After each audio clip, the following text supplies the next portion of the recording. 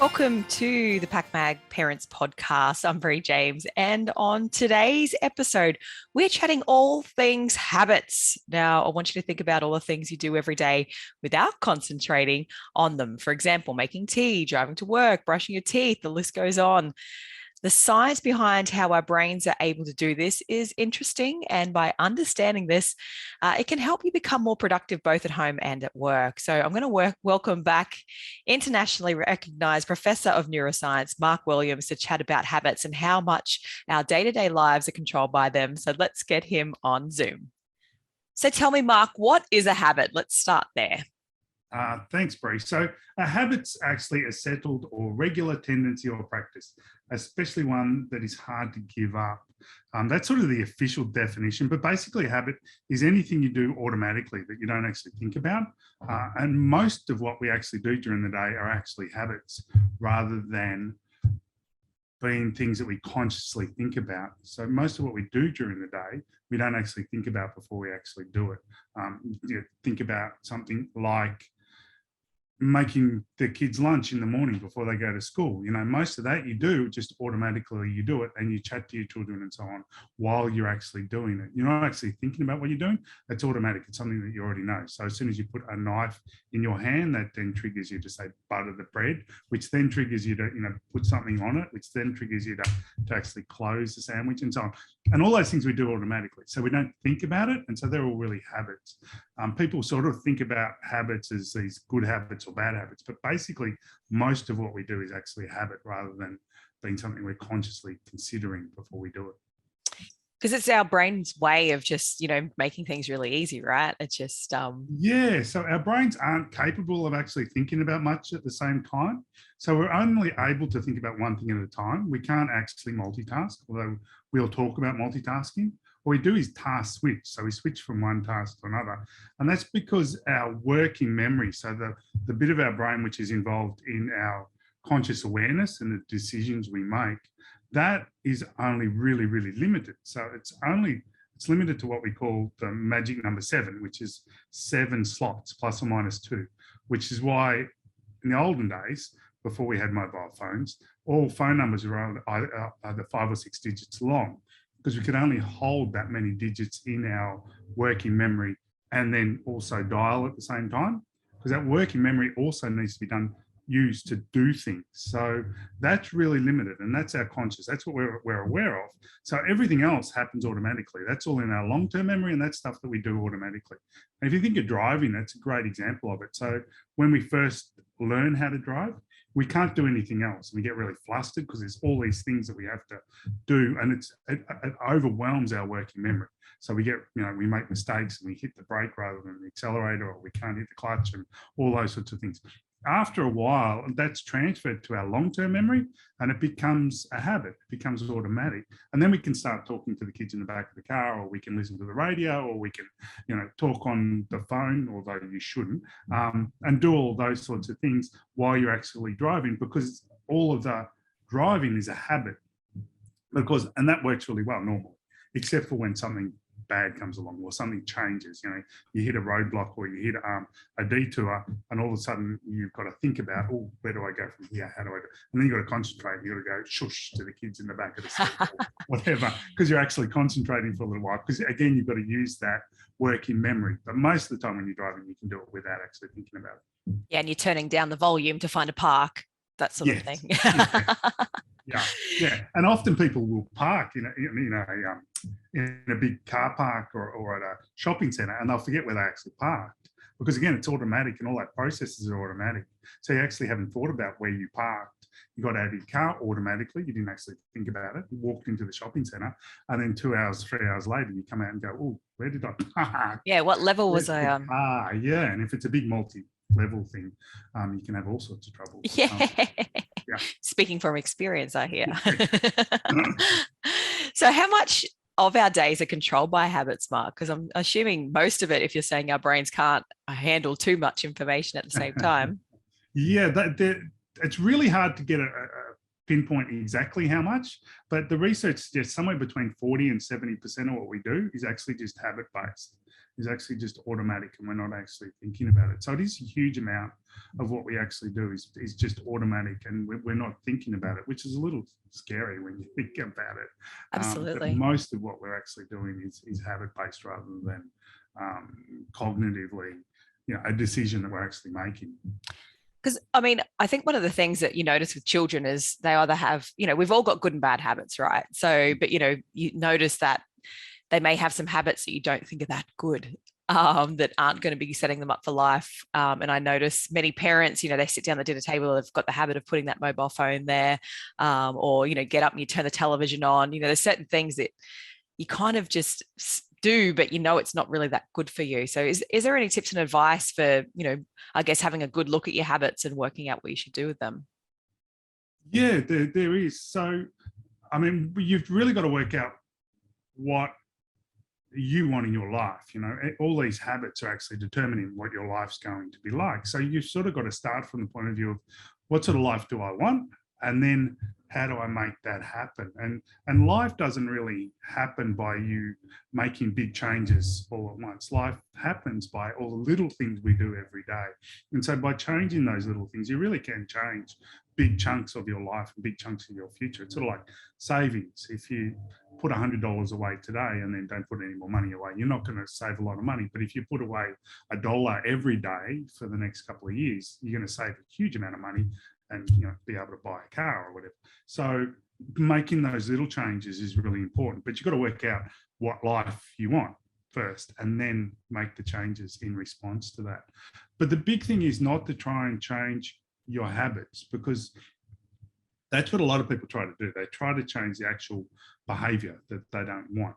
But the problem is it's not the behavior that's causing the habit, it's the cue or the trigger that results in the habit. So with any habit, what you have is you have a trigger or a cue that then sets off that habit, which is automatic.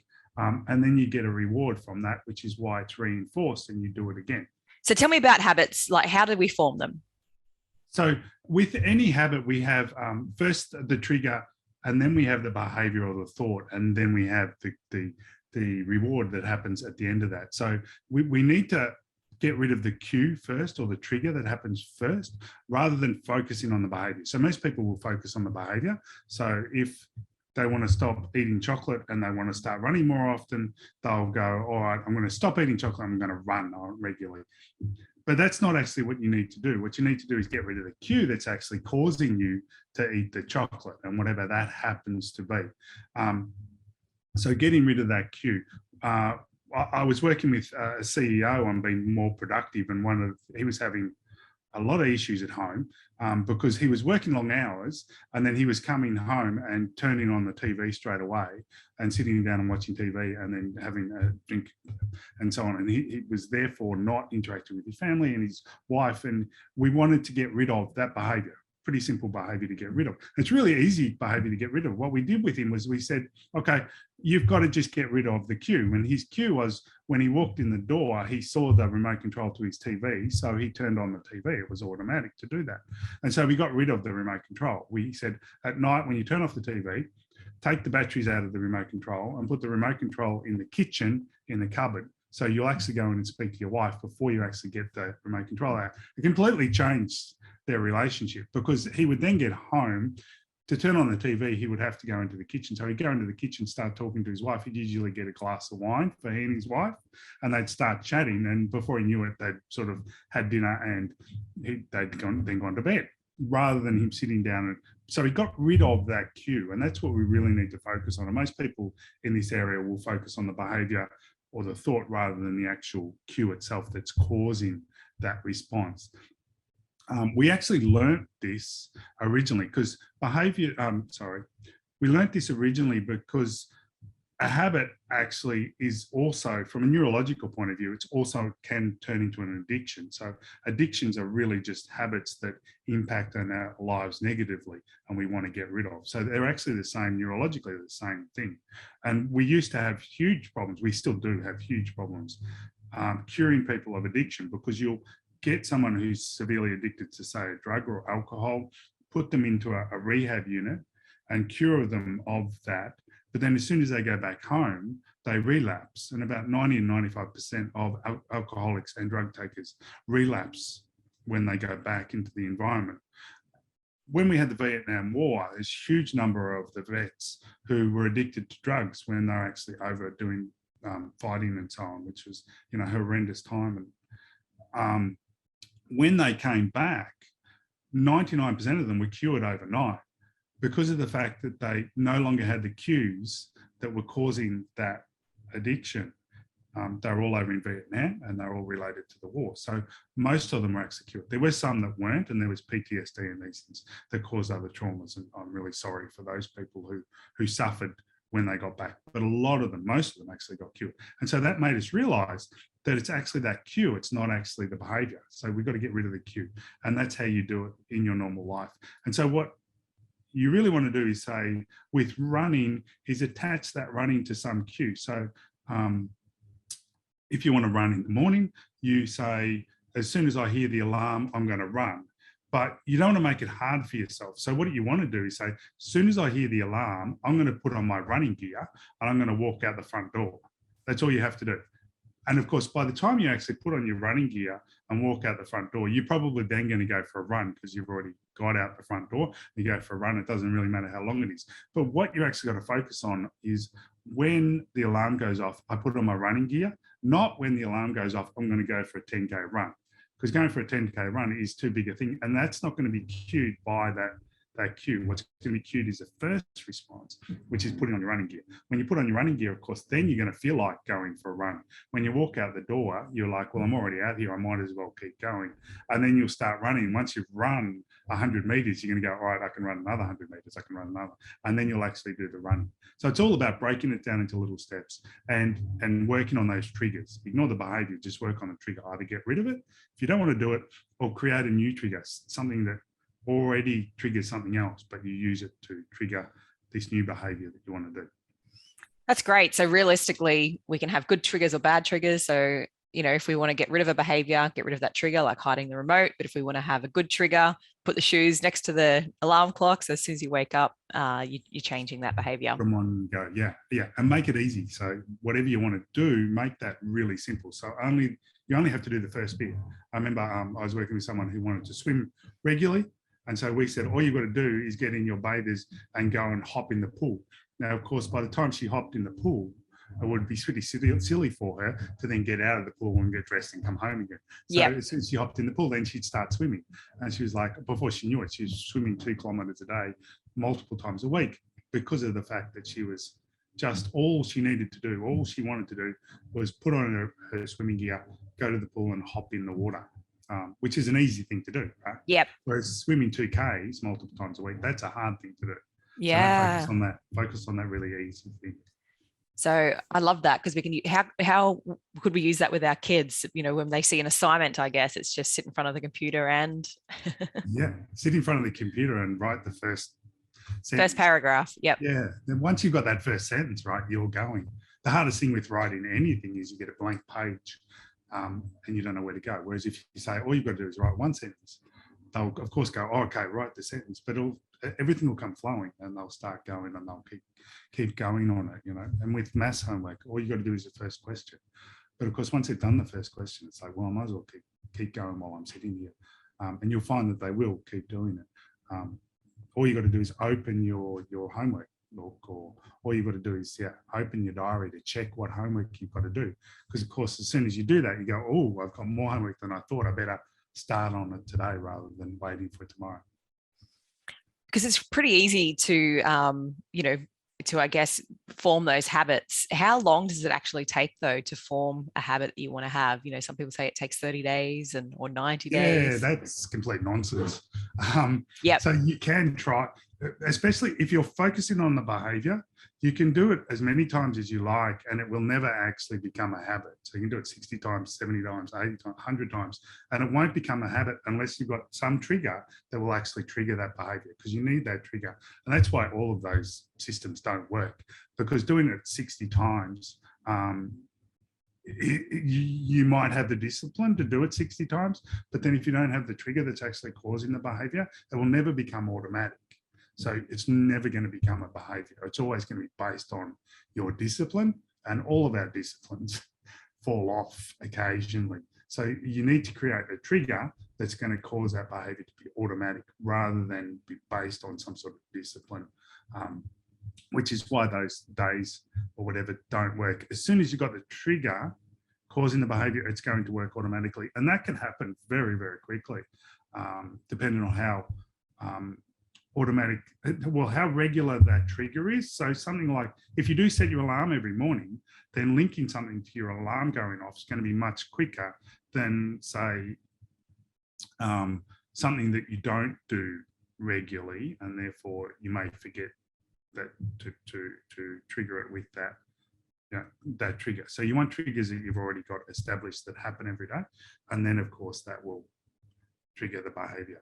And that's why we got into a lot of trouble during the last couple of years, because we've had lockdown and all of a sudden people are not doing what they normally did, and so they no longer had a lot of people were in good habits because they had all these normal triggers that triggered them to do certain things. Whereas we got into lockdown and we no longer had all of those triggers.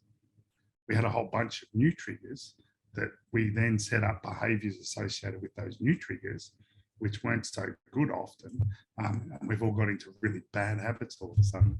Yes, and I would agree with that. I think, we look back 2 years ago, but some of us have gotten better habits as well because of it. But, it's so interesting to dive into habits, because I guess I know good habits sets us up for life, and our children, sometimes you do worry, especially with technology, because it's so easy now. It's like a piece of chocolate sitting beside you, that they just want to, they can't help. They've got that habit now that they're just always wanting to have a look at it.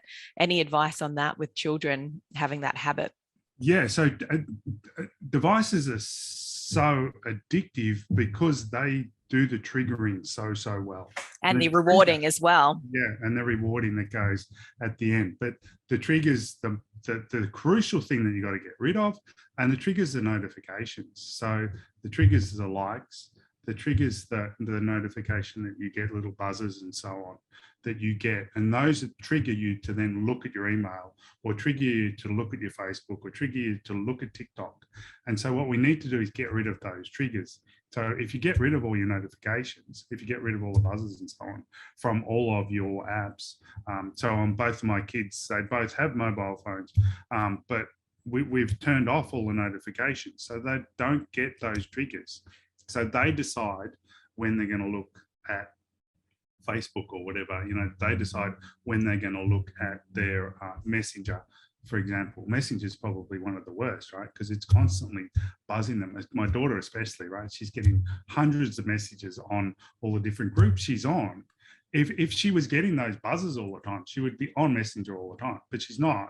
And she checks it when she remembers to check it, rather than being triggered and then having the habit of checking her phone constantly. And we know that teenagers in the US, there's been multiple reports now that 90% of teenagers in the US have phantom buzz syndrome on their legs now, because of the fact they get so many buzzes on their legs from their mobile phones. And I had a very good colleague over there who's Arizona. He works at Arizona State, and he took a huge group of his students out into the desert, and they had no cell reception for 5 days. And after 5 days, 25% of them were still getting phantom buzzes on their legs, which is a physical addiction to the mobile phones. So by getting rid of all of those notifications, you get rid of all of those triggers all of a sudden. And so they don't have the trigger, so therefore they don't end up with the behavior, which is a really easy way to get rid of it. Yeah, it's so interesting, isn't it? So what's the easiest way then to start a new habit?